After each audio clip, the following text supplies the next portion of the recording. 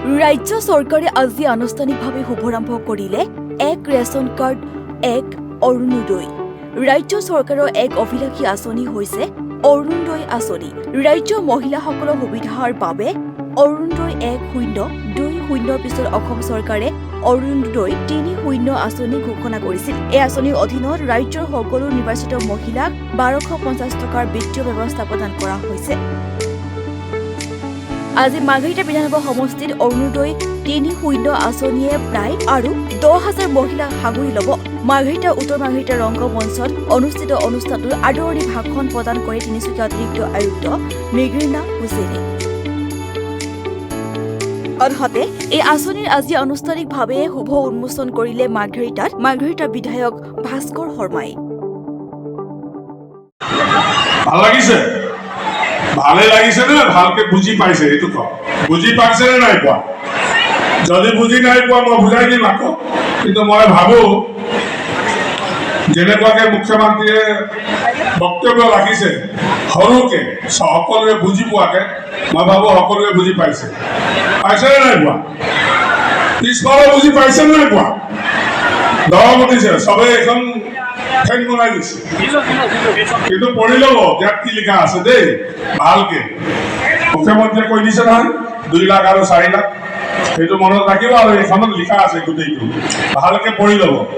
আৰু যদি আপোনালোকে ওপৰা ওপৰিকে কৰি দিয়ে অৰুণোদয়টো আকৌ জানুৱাৰী ফেব্ৰুৱাৰীৰ পৰা গৈ পেলাই আকৌ মাৰ্চ এপ্ৰিল পাবগৈ। গতিকে মই অনুৰোধ কৰিছো আপোনালোকক এখন সুন্দৰকে চাই পেলাই যিসকল যোগ্য ব্যক্তি যিসকলে পাব লাগে তেখেতসকলে এপ্লাই কৰিব। ওপৰা ওপৰিকে কৰে যদি মোক আৰু 1 লাখ মান ফৰ্ম দি দিয়ে তেতিয়াহ'লে এইখিনি স্ক্ৰুটিনি কৰোঁতে আকৌ ছমাহ পিছ পৰি যাব আৰু আপোনালোকে পইচা পাবলৈ দেৰি হ'ব। বুজিছেনে? খোৱা বস্তুত ধ্যান নিদিব, কাগজ খনত বেছি ধ্যান দিব। খোৱাটো খাবই বাৰু, অলপ দেৰি বহি থাকিব একো নাই। তথাপিও আজি এই শুভাৰম্ভ কাৰ্যসূচীত উপস্থিত আছে আমাৰ অসম চৰকাৰৰ ফালৰ পৰা তিনিচুকীয়া জিলাৰ অতিৰিক্ত উপায়ুক্ত বাইদেউ, অসমৰ মাননীয়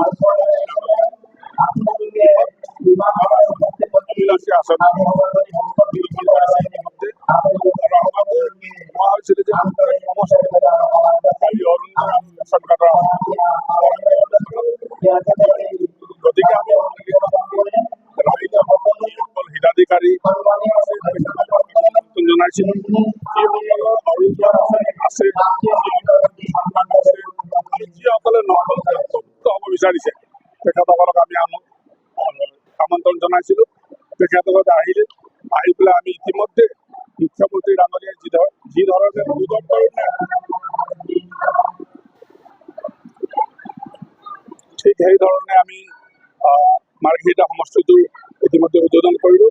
গতিকে মই ভাবোঁ এই অভিলাষী আঁচনি মাৰ্ঘেৰিটা সমষ্টিয়ে নহয় সমগ্ৰ অসমত এই আঁচনি ৰূপায়ণ হোৱাৰ লগে লগে বহুতখিনি এই চৰকাৰে লোৱা আঁচনিবিলাক আমি আগবঢ়াই লৈ যাব পাৰিম। গতিকে এনেকুৱা আঁচনি বহুতেই অসম চৰকাৰে ইতিমধ্যে ঘোষণা কৰিছে।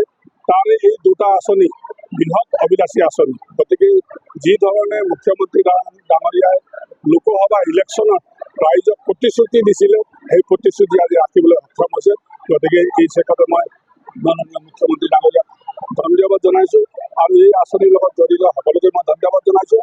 আৰু যিসকলে এই আঁচনিটো আজি ৰূপায়ণ কৰি উলিয়ালে অসম চৰকাৰৰ যিখিনি কাৰ্যকৰ্তাসকল, যিসকল অফিচাৰসকল, তেখেতসকলকো মই ধন্যবাদ জনাইছোঁ। আৰু আজি আহি ইয়াত উপস্থিত হোৱা অসম চৰকাৰৰ সকলো বিষয়ববীয়াকে মই ধন্যবাদ জনাইছোঁ। মাৰ্ঘেৰিটাৰ পৰা বিকাশ বৰুৱা ৰিপৰ্ট।